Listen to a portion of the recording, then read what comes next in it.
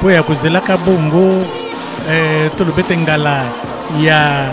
koyeba bongo na kopesamela lokumu wana tomoni bongo lisanga to pe tuluku ya bandeko basurveillant bamemi bendele bangwana bazali kokende bongo kotutaka makolo na lolenge lokoki bangwana bazali kokende pete po ete bayeba bongo na kokoma oboso ya tata mokonzi wa bule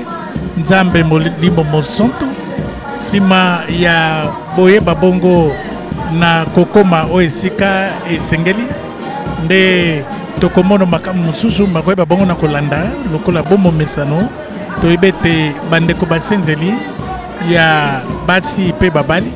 bakokabwanaka bongo na biteni mibale ngambo na ngambo pe bipai wapi batata babiso bamemi bendele bango pe bazali bongo ya lisanga mei bangwana basi babongami kuna tomoni ete bandeko babeti ngombi bamisha faki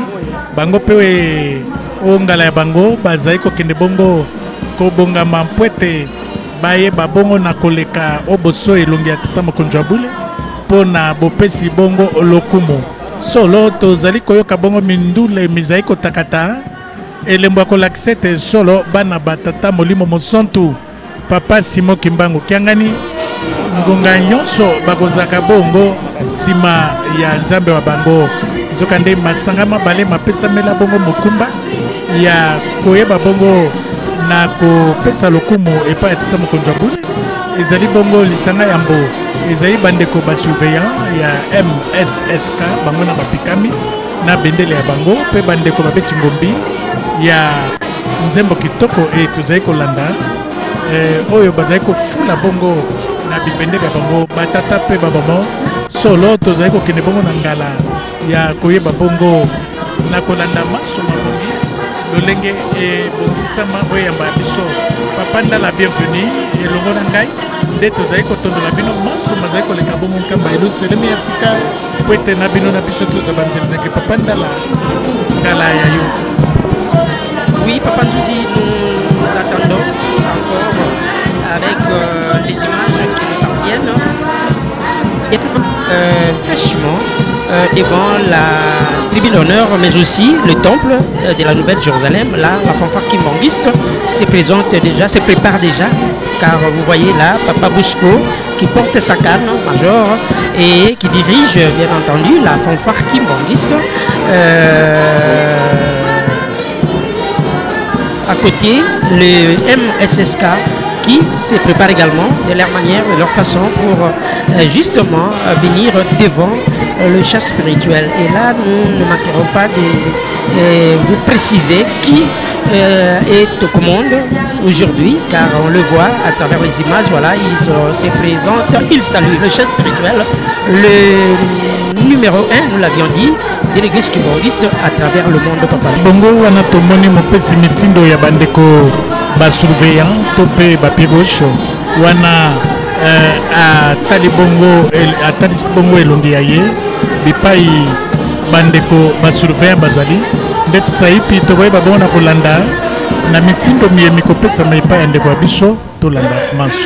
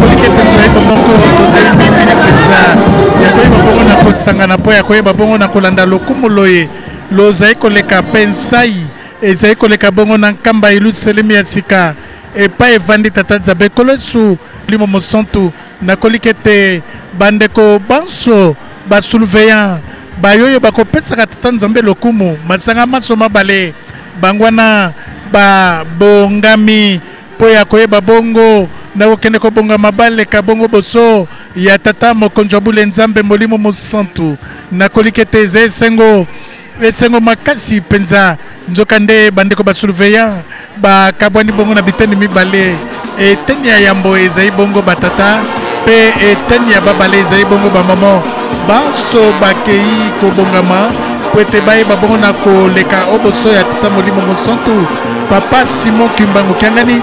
po ete bayeba bongo na komokatela basaluti ya ye bongi po ya lokumula ye nazangama ete lokola nayebisaki bino na konoko mpenza lokola mvula te ndenge bamvula ezali konoko ko bongo na mboka mokonzi Kinshasa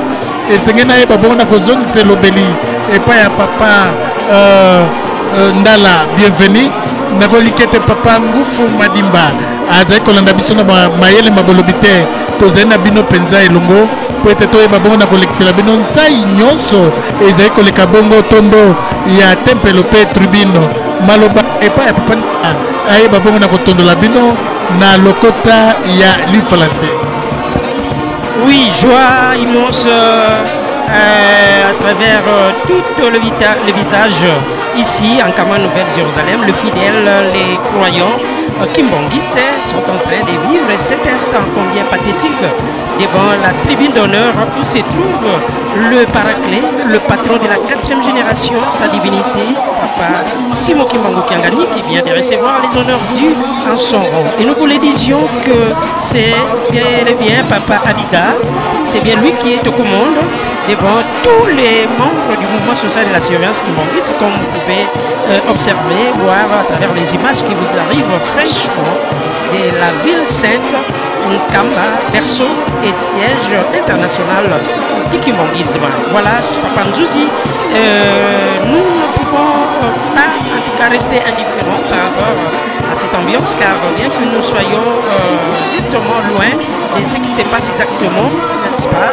devant la tribune, mais nous pouvons voir avec tous nos téléspectateurs, tous nos fidèles, comment est-ce que Papa Bosco est là. On voit Kimbangiste est en train de balancer la canne major, et bien tout le musicien rangé derrière lui pour rendre les honneurs du, disons, mérité chef spirituel de l'église kimbangiste. Et bien sûr, comme je ne cesse de le dire, un atmosphère de fête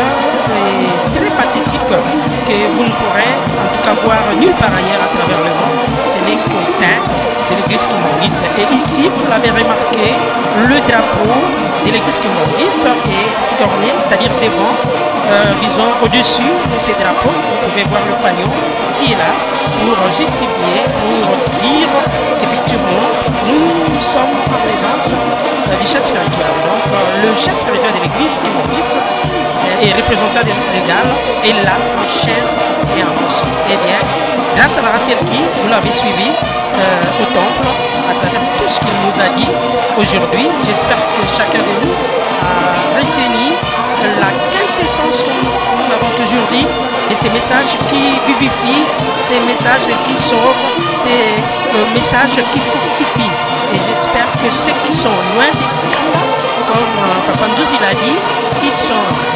à Kinshasa, à Brazzaville, à Luanda, et à travers toute l'Afrique, en Europe, en Asie, en Océanie, en Amérique, pour suivre ce qui se passe effectivement ici, en Kama Nouvelle-Jérusalem, au Papa Nzouzi. Botondi Papa Ndala bienvenue, botondi bandeko banso batali ya itando ya biso eke nakoliki ete bango wana babeti ngombi bazali kokende bongo petepete kobongama bongo esika ya bango babeti mbonda mpe babeti mpungi bango banso babongami mpenza na botamboli ya esengo ya lokumu mpona koyeba bongo na kopesa nzambe wa biso lokumu nzoka nde bazali kokenda bongo oyo esika ebongisami po ya bango po ya koyeba bongo na kokoba kobeta mindule miyemi koyeba bongo na kopesa bato nsali nzambe molimo mosantu ye wana Papa Simon Kimbangu Kiangani sa divinité Papa Simon Kimbangu Kiangani kawankakako yandi kaka mosusu te kaka ye nzoka nde yamba ezali moko mokonzi na yango mpe azali moko eyamba ezali se na kombo moko église kimbangiste ezali se moko oyo ekoki kokabwana te mpe ekabwana te batata mpe babamo ezali sengo esenge toyeba bongo na kotondola bino mayemanso mazali bongo mabombami ya eyamba ya biso solo toyebi ete bandeko babeti ngombi bango wana basi babongami kokende bongo ko bete bongo mindule po te toyeba bongo na konongo miso mabiso boleki bwa bandeko ya basurveya wana tomoni balanga nzembo ya lisanga bayembi oyo tobenge te jeteki bango mpe bakolakisaka bongo théâtre bango bakozalaka po ya koyeba bongo na kotie esengo esika banzambe babiso bazali nzoka nde saipi tokoyeba bongo na konongo boleki bongo bwa bandeko babiso basurveya kasi saipi lokola tozali kotala ona ndeko amemi bongo eloko ekobengamaka bongo chapeau chinois ezali mpona koyeba bongo na kopesa lokumu epai ya oyo abongi na yango chapeau chinois yango wana toyebi ete solo batata mpe bamama esengo ezali makasi lelo ezali bongo 15 sanza motoba makoto ibale tuku ibale na mitano au nkamba eluselemi nzoka banso tozali bongo kosepele longo po ya koloba ete mboka ya biso ezali mboka esengo nkamba eluselemi ezali epai ya baoyo baboya yango bazanga bilembo kasi biso bato toyebaki bongo na kozwa bilembo ya batata basato nzoka nde esengeli toyeba bongo na kokumisa nkamba mpe bandeko ya mikimikeseni bazali mpe bongo na kobongisaka bongo bomekani to mpe ntsinsani mpo ya botongi wana tomoni oboso ezali bongo moyangeli wa lisanga ya bandeko basurveillant ye wana aleki wana ezali nzambe molimo mosantu ayebi bongo na kozongisa saluti epai ya bandeko bazali komokatela bongo basaluti wana tomoni ezali bongo bamama biso basato wana tomoni etuluku ya bayangeli ya bandeko basurveillant kuna tomoni lisanga bongo ya bamemi bendele bakoyeba bongo na koleka oboso ya tata molimo mosantu na ona azali bongo moyangeli ya lisanga mei mpona kopesa bongo mitindo me mokolo mwa lelo lomingo papa ndala na noko mpenza lokola mbula te tozali biso babale yeba bongo na kotondola bandeko bazali na mikili mosusu bayeba bongo na koyeba makambo kani bazali koleka bongo otondo ya tempelo mpe tribune ya nkamba eluselemi mboka ya biso mboka evandi tata nzambe kolezi mpe tata molimo mosantu mawa epai ya boyo baboya nkamba e maloba epai na yo papa ndala. Oui, Papa Nzouzi, nous sommes qu'à 2, mais nous sommes suivis à travers le monde entier grâce à la Ratelki et à la technologie actuelle que nous sommes obligés de satisfaire ou alors de donner satisfaction à tous les croyants qui grandissent à travers le monde. Pourquoi pas les sympathisants comme c'est le cas aujourd'hui. Vous avez suivi. Nous avons reçu la ville Sainte Cabane Nouvelle Jérusalem a offert son hospitalité à Papa Jules Oukassa, qui est sympathisant Kim Maurice, avec monsieur Christopher Mpa. Voilà, ils sont venus en Cabane Nouvelle Jérusalem, c'est-à-dire qu'ils sont en train de vivre exactement ce qui se passe ici à Cabane Nouvelle Jérusalem en ce net moment, car ils sont là à la tribune d'honneur pour suivre évidemment les honneurs dus au chef spirituel. Nous rappelons Papa Nzouzi que nous sommes bel et bien dimanche 25, 177e jour de l'année 2025. Vous imaginez, donc nous sommes à la mi-année de cette année qui court et nous espérons que nous allons lentement mais sûrement jusqu'à sa fin. Nous y arriverons malgré tout ce que nous connaîtrons, nous sommes en train de connaître à travers le monde. Papa Simon Kimangou l'a dit, au Proche-Orient, nous suivons l'escalade entre Israël et l'Iran. Il y a des morts, il y a des intenses bombardements, mais voilà que si là-bas il n'y a pas la paix, mais aussi la Nouvelle-Jérusalem ne connaît pas non plus la paix. Voilà pourquoi il nous recommande de prier, de persévérer dans nos prières. Et là également, Papa Nzouzi, nous y reviendrons en attendant de nous mettre dans cette ambiance avec le moment, n'est-ce pas, de la du mouvement social de la surveillance MSSK, comme elles ont l'habitude de défiler à côté de leur papa, c'est-à-dire membre du MSSK que nous appelons communément pied gauche. N'est-ce pas, Papa Nzouzi? Ezai bongo Papa Ndala, bienvenue. Tata mokili wana zaiko kata bongo kozongisa saluti bandeko ba pied gauche loko elobi Papa Ndala bangwana bazali kokoba bongo na koleko boso elongi ya tata molimo mosantu po ya koyeba bongo na komopesa bongo lokumu lo elobongi ya ye solo batata pe ba mama tozali kotinga mabongo koyeba bongo na kolekisela bino maimaso mazali koleka bongo nkamba elu selemi tikete boyo bakolinganga nkamba babongo bongo nzoto nde toyebe te baninga ya nkamba bandeko ya nkamba balingami ya nkamba balingi ya nkamba bangwana bazali kolanda biso tata molimo sonto ye wana oyo nzambe akopesa biso bongo bomoi solo batata pe bamama tozali kokoba bongo na ndeko ya biso ya mokolo lelo lomingo omia zomi na mitano sanza motoba mobomba koto ibale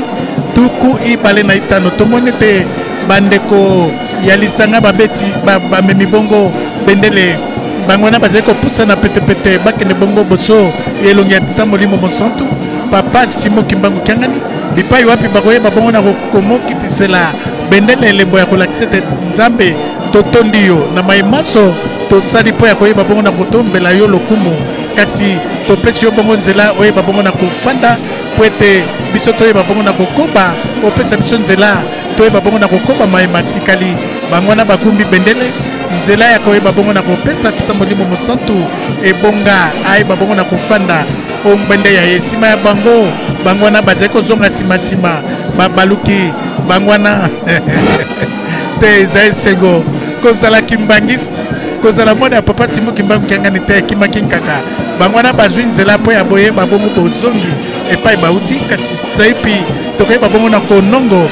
mopesi mitindo akende bongo agumbama boso ya ye ya koyeba bongo na kopesa ye nzela te nzambe na biso yeba bongo na kofanda ye wana agumbami solo apesi esika ye wana nzambe na biso abaluki po afanda bongo ngwende ye wana atingami ngwende ya ye mosusu afanda te mosusu ayangele yango yo te batata batika yango bongo nzoka nde batata basato batike te papa Simo Kimbangu Kiangani ye wana nde akoyeba bongo na koyangela biso koyangele yamba pe koyangela bongo mokili papa ndala kotikanga te nanoko lokola mbula nakoyeba bongo na kozongisilo elobeli po ete oyeba bongo na kokoba na lokotali falanse bandeko bazali kolanda biso mikemikeseni bayeba mpe kozala bongo banzeneke maloba epai na yo. Oui, lentement mais sûrement, nous acheminons vers la fin de cette partie, une partie du défilé, car ça n'est fini avec le mouvement total de la surveillance kimbanguiste et la fanfare qui vient de défiler devant papa Simo Kimbangu Kiangani. Mais n'oubliez pas, après ces deux mouvements, il y a également toutes les autres structures de l'église qui vont pouvoir défiler devant sa divinité, papa Simo Kimbangu Kiangani, notamment son cabinet, qui sera certainement qui va passer devant lui, et avec à sa tête le directeur de cabinet, le révérend Landou Ndombasi. Il y a également les différentes chorales, il y a des services de mouvement et associations comme cela a toujours été le cas en pareille circonstance, c'est-à-dire tous les jours des dimanches. Donc nous attendons, car là c'est les MSSK qui viennent de terminer leur défilé, et avec joie, avec gaieté, avec amour, et surtout avec soumission devant celui-là que nous reconnaissons comme le Père Esprit Saint, donc le Saint-Esprit. Papa Nzouzi l'a dit ici, beaucoup l'ont accepté, mais beaucoup sont encore dans cette incrédulité, et c'est ce qui est tout à fait normal si nous voyons, à l'instar de notre Seigneur Jésus-Christ, vous le savez, et si aujourd'hui son nom est devenu un sujet de commerce, et surtout en Afrique, particulièrement dans notre pays, la République démocratique du Congo, mais à l'époque, à son époque, beaucoup ne l'ont pas cru, et raison pour laquelle d'ailleurs on l'avait, n'est-ce pas, crucifié. Voilà, Papa Nzouzi, je disais, voilà les directeurs de cabinet, révérend Landou Ndombasi qui conduit tout le membre du cabinet pour défiler devant le numéro 1 de l'église kimbanguiste, Papa Simo Kimbangu Kiangani, qui est là en chair et en os. Après le cabinet du chef spirituel, il y a les collèges de pasteurs, notamment de la ville sainte, le révérend Soukami Bambona et tous les Bambouta qui sont là, comme vous pouvez justement voir, regarder et suivre à travers ces belles images qui vous arrivent grâce à l'équipe technique qui nous accompagne. Je peux vous citer notamment Mamina Mambou, n'est-ce pas, qui est derrière cette caméra qui est en train de nous fixer. Eh bien, nous l'aimons, nous les remercions sincèrement car c'est un travail noble qu'elle est en train d'accomplir, de faire pour que nous puissions arriver dans de très très bonnes conditions partout où se trouvent les croyants, les sympathisants et voire même les non-kimbanguistes à travers le monde. Papa Nzuzi Simalanda. Botondi papa ndala bienvenue. Botondi maman Mami Mambo Nassima caméra. Botondi papa Cochon Timbambi Avanga na mixage. Botondi papa Paul Nassima caméra. To bosanité papa Blanchard. Bazé ko sala mansete. Toye babongo na kokombe la bino bipai biso. Bozai ko landa biso. Eze sengo. Tozai bongo na koko babongo na lifili ya kafu kafu ya biso. Onkamba ilu selemi. Pambate bisonde to ponama bisonde to biangama et pas tata molimo mosontu to babongo na ko pese maboko to babongo na ko tombola lokumu ya nkamba nzokande batabasato batikela biso nkamba batikela biso papa Simo Kimbangu Kiangani nzambe molimo mosontu nde bipai wapi papa diangenda ayebaki bongo na koloba et pas ya bana babangwete solo biso to kozala te kasi sengiri bongo bondimela papa dialunga na Kiangani Kristo manso matikali pai na ye bosekisaka ye tangu bozai kosekisa ye lipamboli ekoyeba bongo na koyepai na bino manso oyo bino bokoluka totika yango epai na ye papa ndala koyeba bongo na kotondola bino na lokota li français te l'actif et le passif nzokande tikalaki epai ya papa dialungana nde ye pe atikeli biso papa Simo Kimbangu Kiangani ata oboyi soko boyi oboyi ba papa soko boyi okitisi lokumu ya papa dialungana Kiangani kasi lokumu la ye lokoyeba pe bongo na kokita te yonde koyeba bongo na kozwa libabe na koboya bongo kotosa batata basato ba batikela biso nkamba ba batikela biso papa Simo Kimbangu Kiangani molimo bon santu ba basali manswete mboka ya biso toyeba kozwa bongo kimia mboka ya biso tozwa bongo bon somi peut-être toyeba bongo na kosepela lokola bana ya nzambe lobi lolekaki ezalaki tozaki bongo bawumbu kasi papa kisolokele papa de lunga na papa de ngenda kuntimba pa mama mwilu lokola basaki manswete toyeba bongo na kokamata lipanda tozala bongo bansomi ya ekolo ya biso mei tozali kozela bongo mokolo matuko misato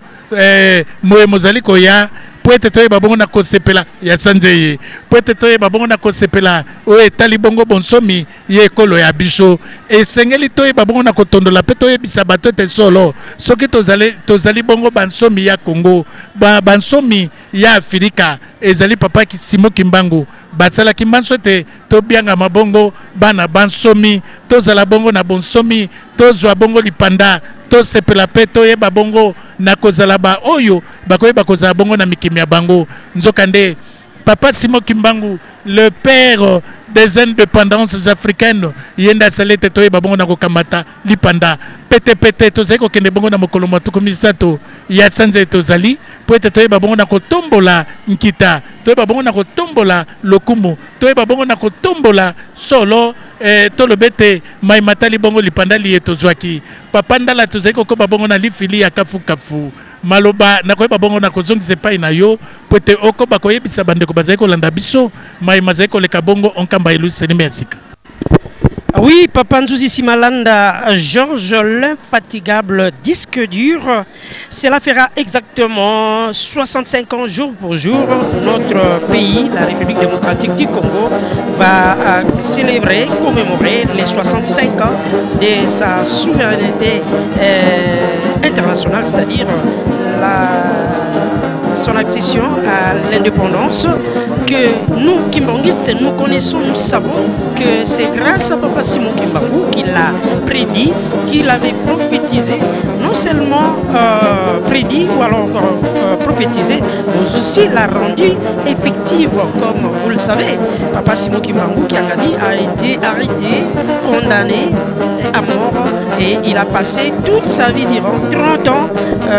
dans un petit cellule, dans une cellule de 4, je dirais, mètres carrés, justement pour cette cause juste. Aujourd'hui, nous remercions sincèrement l'actuel chancelier de l'État, président de la République, son Excellence Félix Antoine Tshisekedi Tshilombo, qui a reconnu les efforts, qui a reconnu la force de Papa Simon Kimbangu, en faisant de la date du 6 avril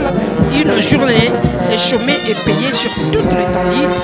du pays. Et cette journée est reconnue comme une journée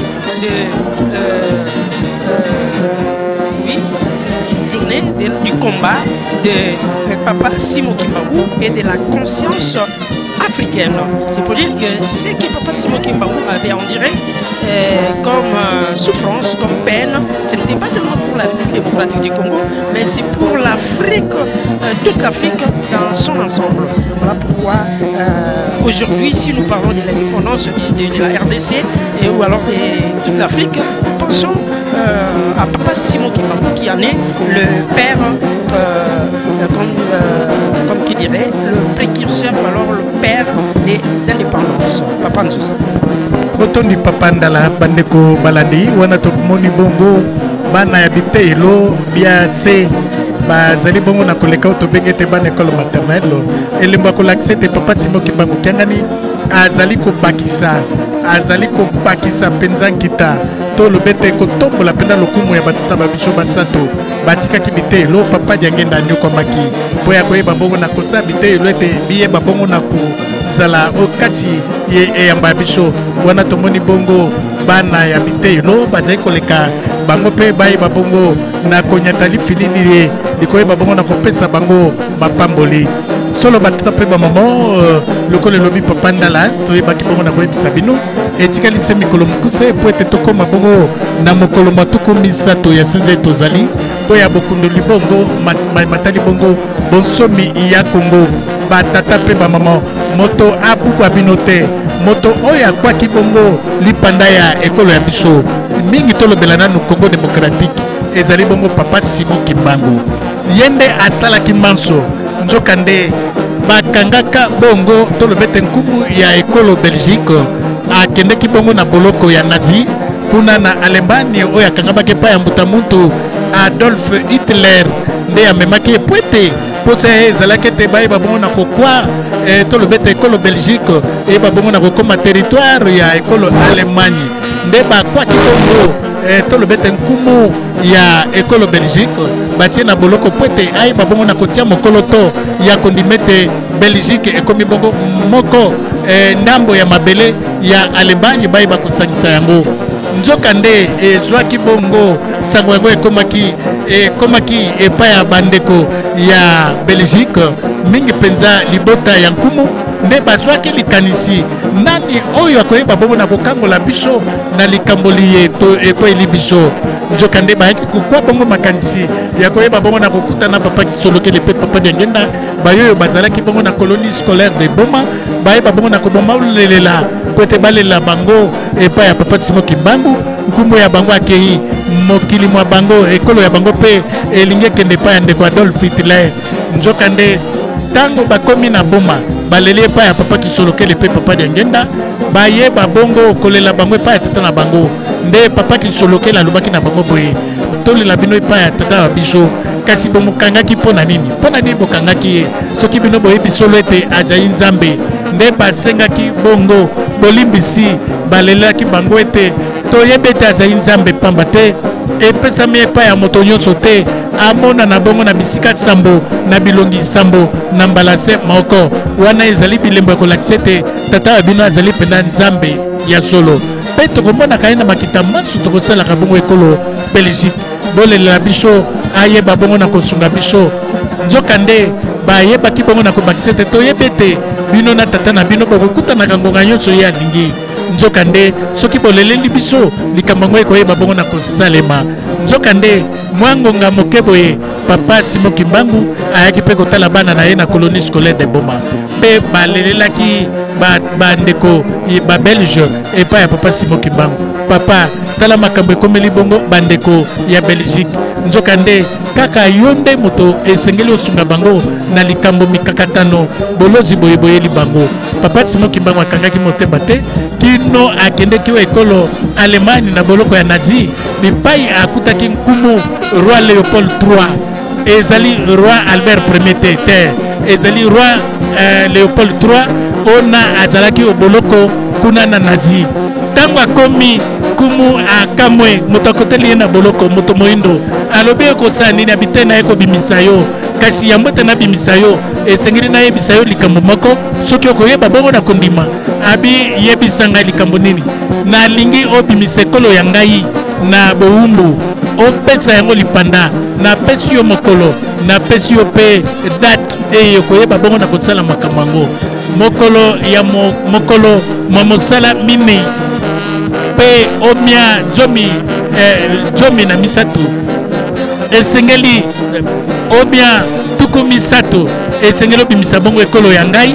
na bowumbu bana bangai bayeba bongo na kozala bongo bansomi soko olingi nabimisa yo kasi po ete na ndima esengeli otia bongo mokoloto na katsa nakoyeba bongo nakotiela yo yalobi ete awa nazali bongo na ekombeli te esengeli obimisa ngai tokoyeba bongo na koyoka na maso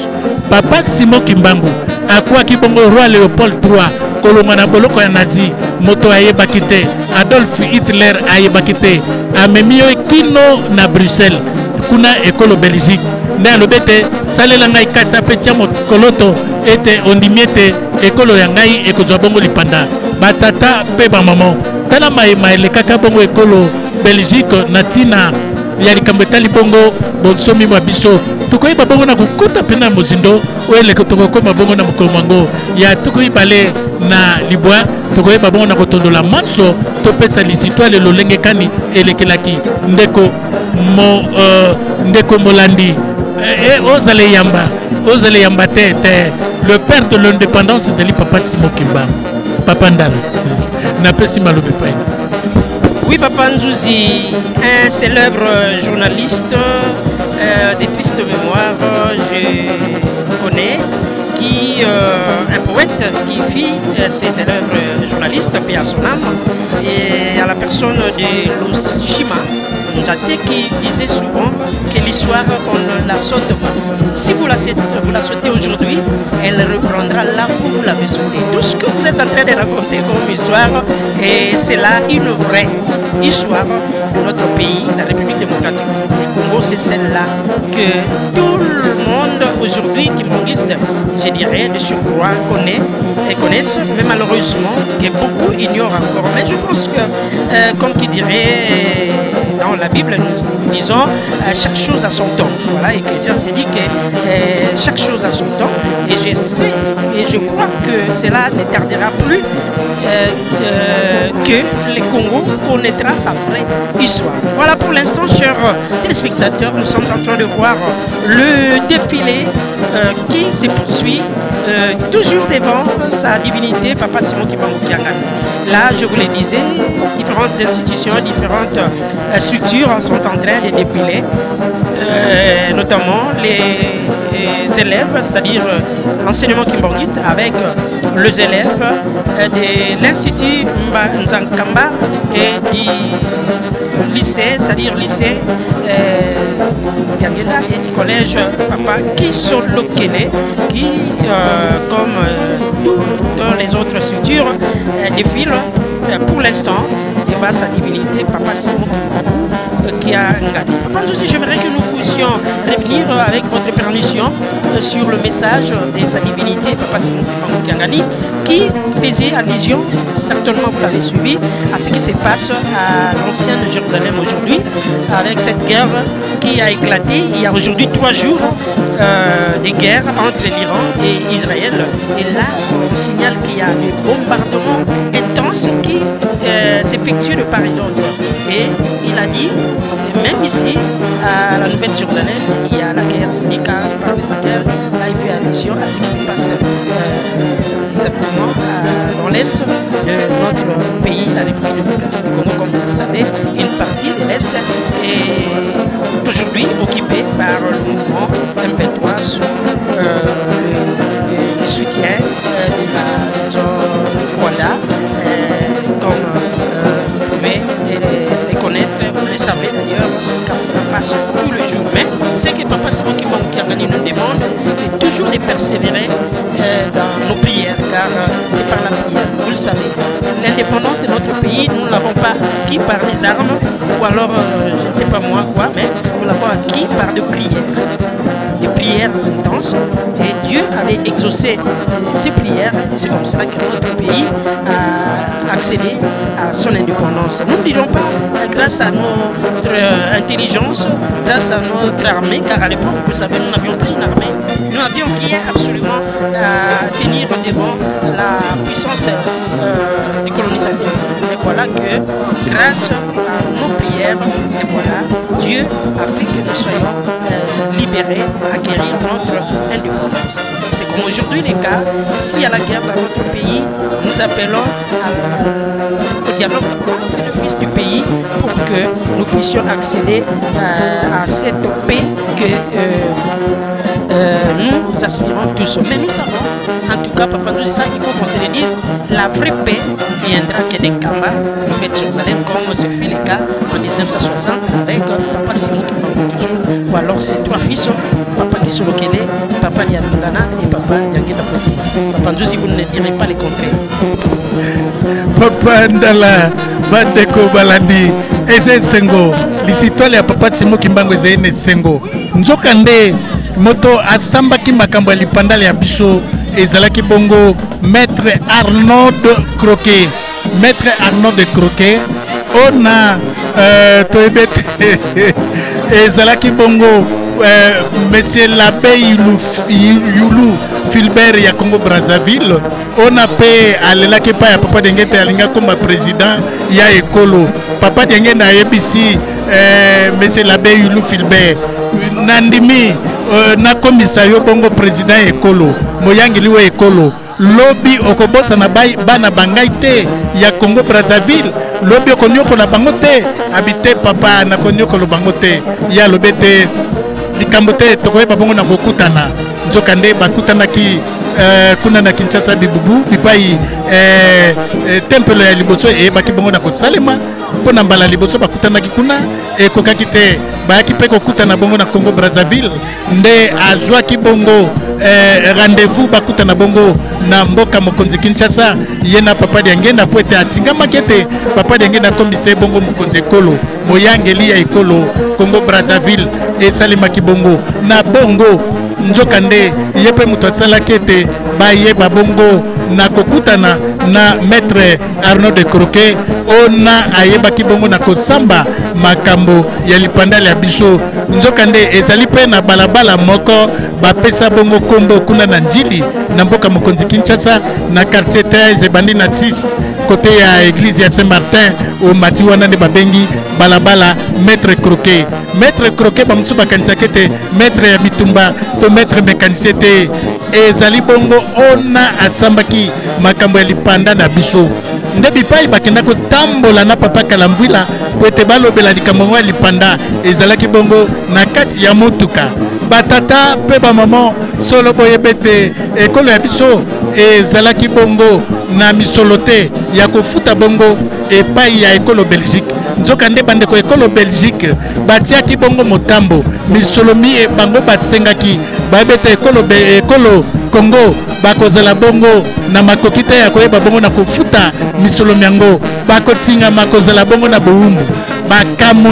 bakamwe pe bakamwaki nzoka Papa Diangenda ati abimisaka misolo kopesa epai ya Papa Kisolokele po ete bapesa na ino misolo oyo tobengete les honoraires ya Maître Arnaud Croquet po ete andima bongo kosamba makambo ya ekolo ya biso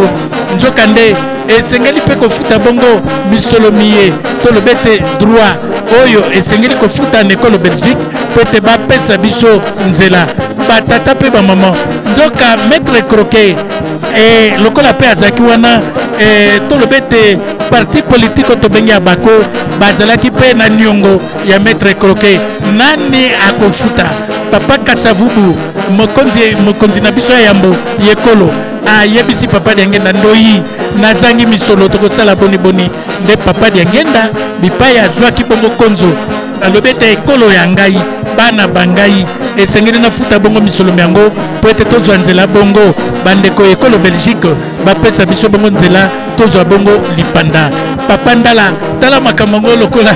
mazalaki lelo tokomisi batata babiso ezela papa Kisolokele ezela papa Dialungana ezela papa Diangenda lokola esakanelo nzoka ndem na makambo ya lipanda ya biso mama Mwilu pe aza na kati pamba te po ya koyeba bongo na kosala to lobete parti politique ya bako mama Mwilu apesaki pe bongo toli monene epai ya papa Kisolokele te bayeba bongo na kosala lisanga liye po ete bayeba bongo na kobunda mpona lipanda ya ekolo ya biso ezali ya minene bandeko balandi wana tomoni mama Ani Makikala uto ekolo Canada ezali kolanda biso tobosani te mama Astrid Victoria Nina Menga yepe azali kolanda biso nzoka nde tozala na bomoko toyeba bongo na kobatela ekolo ya biso tobatela pe bongo eyamba ya biso tobatela papa Simo Kimbangu kiangani po ete lingomba liye litondi bongo na mabomba mi ebele ya lisitwale eyeba bongo na kofungola lisitwale bato bayeba mayoyo ekolobamaka te toyeba bongo na kotondola epai ya bato bayebe te nde papa Simo Kimbangu ye moto abundi bitumba oyo ndenge papa Ndala auti koyebisa biso te kamunguvuko vonsosolo ibavulenti mulusambulu mukumba mvuluzi nde tozongi pe na likambo mei oyo tata molimo mosanto alobete kimia losambo ya nkamba ekoyeba bongo na kokangola mboka ya biso na bitumba biye eyebi bongo na kokotela biso papa Ndala. Oui, Papa Nzouzi, nous poursuivons avec les défilés d'honneur devant sa divinité, Papa Simon Kimbangu Kiangani. En chair et en os, il a présidé le culte des séjours dimanche 15 juin 2025, ici, en Kama Nouvelle-Jérusalem, siège international des berceaux du kimbanguisme. Voilà, après le groupe théâtral kimbangiste qui vient de défiler devant Papa Simon Kimbangu Kiangani, c'est la chorale Yeluselemi qui est en train de défiler pour l'instant. Et après la chorale de Yeluselemi, nous voyons le groupe de guitaristes kimbanguistes GGKI en sigle. C'est pour dire que nous poursuivons bel et bien ces défilés d'honneur et nous ne savons pas encore quand est-ce que cela pourrait prendre fin pour donner suite à notre programme de séjour qui certainement, comme à l'accoutumée, sera le tour de Tinsani, de 3000 francs comme on l'appelle, et par après, cela va se poursuivre avec ce Tinsani entre différents mouvements, associations et services, pourquoi pas nos chorales respectives. Et bien voilà, dans l'entretemps, nous signalons également la présence en Kama Nouvelle-Jérusalem de Papa Jules Boukassa et sa suite composée notamment de Monsieur Richard, si je m'abuse, mais bien avec le révérend Mouteba, pasteur Mouteba, membre du collège de la République démocratique du Congo. Eh bien, tout cela pour dire que Nkamba reçoit tout le monde, comme d'ailleurs Bafi, la prophétie, cela a été la prophétie de Papa Simon Kimbangu en 1951, au début de son ministère. Il disait Nkamba recevra le peuple du monde entier qui viendront sur cette colline pour glorifier les noms de l'Éternel. Voilà, aujourd'hui, chose faite, nous recevons le gens de tous les coins du monde et l'exemple récent de la présence de Papa Jules Boukassa. Puisque vous parlez du tout premier président, disons, tout premier président de la République du Congo, le président Philbert Youlou, eh bien, j'aimerais, Papa Ndouzi, par cet instant qui court, vous donner une brève historique de messieurs ou l'ancien président, le tout premier président de la République du Congo. Il s'agit bel et bien de Philbert Youlou qui est né le 9 juin 1917 à Madibou. Madibou, nous sommes là. À l'époque, c'était l'Afrique équatoriale française, aujourd'hui République du Congo. Eh bien, Philbert Youlou est mort le 5 mai 1972, c'est-à-dire 72, comme nous disons ici, en République démocratique du Congo, à Madrid, en Espagne. Il fut le premier président de la République du Congo de 1959 à 1963. Voilà, Papa Ndouzi, l'histoire, je le disais, est tout à fait complexe. On ne la saute jamais. Si vous la sautez, eh bien, elle reprendra là où vous l'avez sauté. Dixit, ou alors ça c'était le mot, ou alors cette phrase qui a toujours été dite par les journalistes à l'époque, Lojima Njate, paix à son âme, journaliste de la chaîne nationale, c'était la RTNC. Voilà. Tous ces proches, tous ces anciens présidents, Papa Ndouzi, vous l'avez dit, que ce soit du Congo-Brazzaville,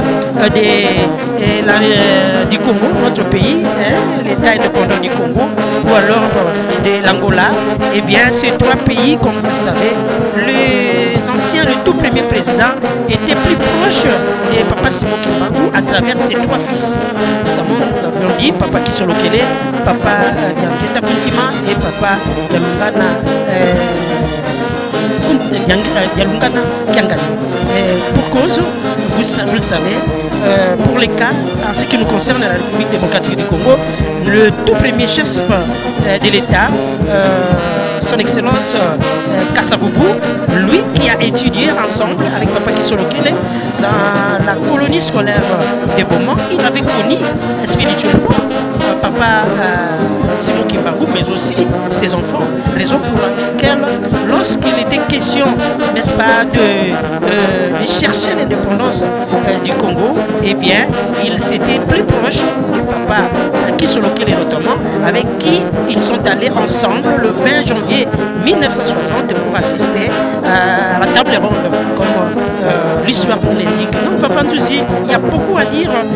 L'histoire du kimongisme, l'histoire du Congo est tellement liée que vous pouvez comprendre que le Congo n'est pas n'importe quel pays, évidemment un pays où Dieu lui-même a élu tout Messie, où Dieu lui-même a mis sur cette terre toutes les richesses que nous acclamons aujourd'hui, ou alors qui fait la fierté de ces pays, malgré que cela ne profite encore pas aux populations du Congo. Botondi Papa Ndala, bienvenue. Botondi Bandeko Bonso, Bozai Kolanda Biso etando eke ya biso ratelki jokande ratelki ezalise moko etando e koyeba bongo na kolobela bino mayoyo mabombama esenge to bomba kobomba te de toyeba bongo na kotondola mai mazali bongo lisitwale ya bonzambe ya biso nzokande mai manso masalemi omboka o ekolo Congo ezali bongo ya molimo moto ya mosuni akoyeba kotandola yango te manso maleki na molimo mboke vandi tata nzambe kolo esupe tata molimo mosantu ekolo Congo lisitwale nango ezali pe ya molimo tozali kokoba bongo na lifili kati nzokande mama na biso mama Blanche Astrid Mayembo Masaka azali kolanda biso uto paroisse ya Montreuil nde tolobi ete lomingo lolamu na bino banso bozali kolanda biso uto mboka France nzokande maman Astrid Nina yepe azali kolanda biso tozali na bino mbilimbili penza pamba te bino bokolandaka pe bokolingaka bongo mboka Yerusalemi ya sika mboka vandi tata nzambe kolo Yesu pe tata molimo mosantu wana tomoni bandeko babiso bibonsono bileme bazali kotambola bango pe batika nsima te oyo ezali elembo ya kolakisa ete nzambe azali mpona moto nyonso ezala oyo tobenge te bavulnérable nzambe azali na posa na bango ezala baveuve bayoyo bakufela bongo babali tata nzambe molimo mosantu asangisi bango banso po ya koyeba bongo na kopesa bango bapamboli po koyeba kopesa bango bongo tolobi ete libula liye moto nyonso akoyeba kozwa oyo esengeli te tolobi ete handicap ekozalaka bongo na moto moto azoboya kondimete papa Simo Kimbangu yende azula biso lipanda moto azali koboya ete papa Simo Kimbangu kiangani yende nzambe molimo mosontu yende handicapé penza solo pamba te makanisi maye makoyeba bongo na kotonga eloko mosusu te mapamboli mpe makoyeba bongo na koyela ete yango wana tolobi ete handicap ya solo oyo ya mabe esengeli kolongola koboya kondimete nzambe azali moto papa Simo Kimbangu nde azulaki biso lipanda yende molimo mosontu nde nzoka nde papa Simo Kimbangu ya 1887 ye wana kaka ya le 12 octobre 1951 papa Simo Kimbangu kiangani soko ndimi bongo te tala handicap ya makasi penza oyo ekoboya kolongwa oyo bongo ya yo nzoka nde lipamboli likoyela yo te ekoya mpe na libota na yo te ekoya mpe bongo na bakoko mpe bakokolo ya yo te papa Ndala. Oui, amis téléspectateurs de la radio-télévision Kimbangiste, à 16h20 depuis cette suivez le culte dominical de ce 15 juin 2025, culte conduit par le numéro 1 de l'église Kimbangiste, le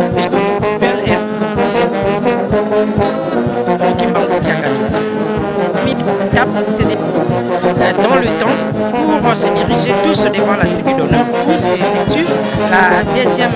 étape, pour ne pas dire une deuxième partie, parce que notre culte, comme vous savez, comprend deux grandes parties. La première étant la partie liturgique et la seconde déjà terminée. Maintenant, nous sommes à cette suivre et dans le temps est différent.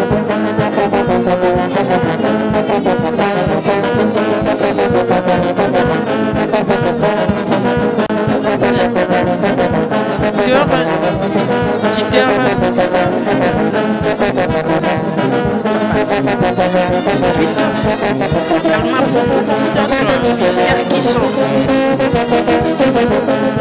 chaque jour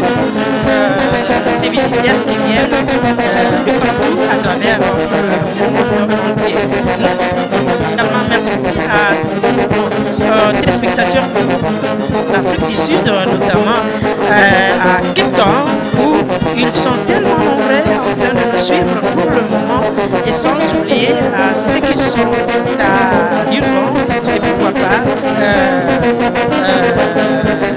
au Royaume de Belgique, dans notre paroisse d'Anvers. Là, nous voyons les révérends Alain Mangelesi Makanda qui est là avec l'ensemble des fidèles ou alors aux croyants qui fournissent de toute la Belgique,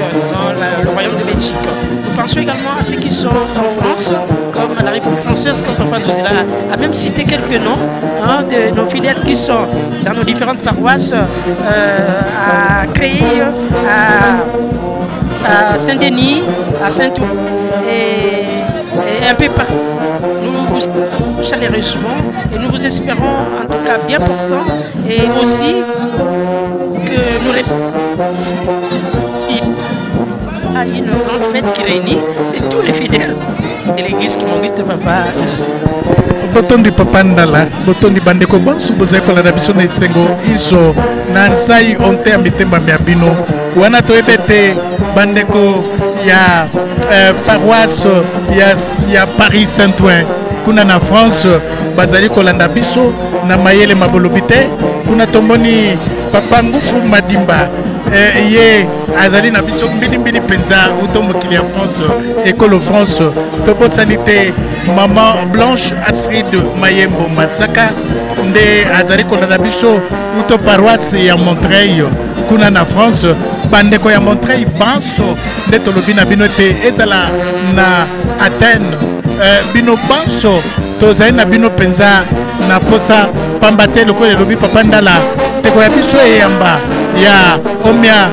Mwambe ya Sanza ya Sambo topé le 8 juillet et Belemi nzokande toyebete ezali bongo teko ekosangisa biso bongo ba ndeko banso ya mikimi ya poto nakolikete bakozana bango tokozana bango awa bango banso bakoyeba bongo na koya po ete tomatisa bongo makala maputo likolo putulu etikala na mokolo mango mpo na kolakisa molongo mobimba ete eyamba ya tata Simoki Mbangu ezali se moko oyo ezali bongo efandelo nango na nkamba Yelusalemi ya sika nkamba Jérusalem nouvelle nde bipai wapi solo tokoyeba bongo na komatisa ngala penza po ete makala maputo likolo solo tozali na bino mbili penza tobosani te mama yala Marceline azali kolanda biso bongo uto Angleterre elongo na papa Diamond na maître Dickens Luntadila bazali kolanda biso na mayele mabolobi te tozali na bino mbili penza kuna na ngola tobosani te mama Skola mama Skola Lumengo Kasiama azali kolanda biso moteki bilamba oboso ya ONG ya centre d'accueil azali kolanda biso na mayele mabolobi te banso bana ya papa Simoki Mbangu kiangani banso bana ya nkamba Yelusalemi papa Ndala nakolikete lifili ya biso ezali kokoba bongo na esengo nyonso na nsai nyonso yeba bongo nakoyebisa bandeko ambiance ezali bongo na nkamba Yelusalemi. Oui, ensemble derrière sa divinité, Papa Simoki Mbangu Kiarani, nous vaincrons, car vous le savez, l'Église kimbanguiste, depuis sa création, depuis son existence, le 6 avril 1921, avec ces mouvements d'éveil spirituel soulevés par Papa Simoki Mbangu ici en Cameroun-Jérusalem, eh bien, aujourd'hui, cela fait plus de 100 ans que nous existons, 104 ans exactement, que ces mouvements existent, et c'est l'une des raisons que nous disons, cette œuvre est l'œuvre de Dieu. Car si cela ne dépendait que des hommes, si cela n'était qu'une œuvre de la chair humaine, eh bien, cela ne pouvait pas arriver là où nous sommes aujourd'hui, car elle a été combattue depuis son début jusqu'en ces jours. Car vous le savez, aujourd'hui, cela continue à travers les réseaux sociaux, comme vous le savez, il y a beaucoup qui méprisent, beaucoup qui calomnient cette église, voire même son chef. Mais nous savons que nous poursuivons notre bon chemin. Et Papa Simoki Mbangu Kiangani ne cesse de nous exhorter, de nous encourager pour nous dire qu'il a toujours été posé et que nous devons être également posés comme lui. Et voilà pourquoi Kamba, aujourd'hui, il s'est construit comme cela. Comme vous le savez, la construction de la Nouvelle Jérusalem est une priorité des priorités. Eh bien, nous suivons notre bonhomme de chemin et nous y allons là où Dieu a prévu que, et cela ne tardera pas car nous avons déjà des signes de temps. Papa Simoki Mbangu, à travers son message du 10 septembre 1921, vous le savez, en Banzasanda, il a prédit tout ce que nous sommes en train de vivre aujourd'hui. Les après-indépendance et même les dirigeants africains qui viendront après nos indépendances, comment est-ce qu'ils se comporteront et jusqu'à ce que lui-même, Dieu, va choisir le roi divin qui viendra justement pour diriger, que ce soit nos différents pays. Là, je ne voulais pas citer un seul pays, mais je dirais bien le pays qui compose l'Afrique dans son ensemble. Donc, nous attendons cette étape car nous voyons comment est-ce que du jour au jour, la conscience africaine ne fait que se réveiller et nous espérons que nous allons arriver là où l'Afrique sera... c'est-à-dire va acquérir sa maturité spirituelle comme cela a été clairement dit, évoqué dans le message du 10 septembre 1921 à Mbanzasanda où Papa Simoki Mbangu, comme vous le savez, s'était réfugié après la tentative, la première tentative de son arrestation, c'est-à-dire le 6 juin 1921 par le pouvoir colonial belge. Et bien comme cela n'était pas encore dans l'agenda de son envoyé, papa, disons de son maître, notre Seigneur Jésus-Christ, et bien Massimo Kimbangu et sa suite, c'est-à-dire ses disciples, s'étaient réfugiés à Mantasanda jusqu'au 10 septembre, date à laquelle le Seigneur Jésus-Christ lui avait recommandé de retourner à Kamba pour être arrêté. Voilà.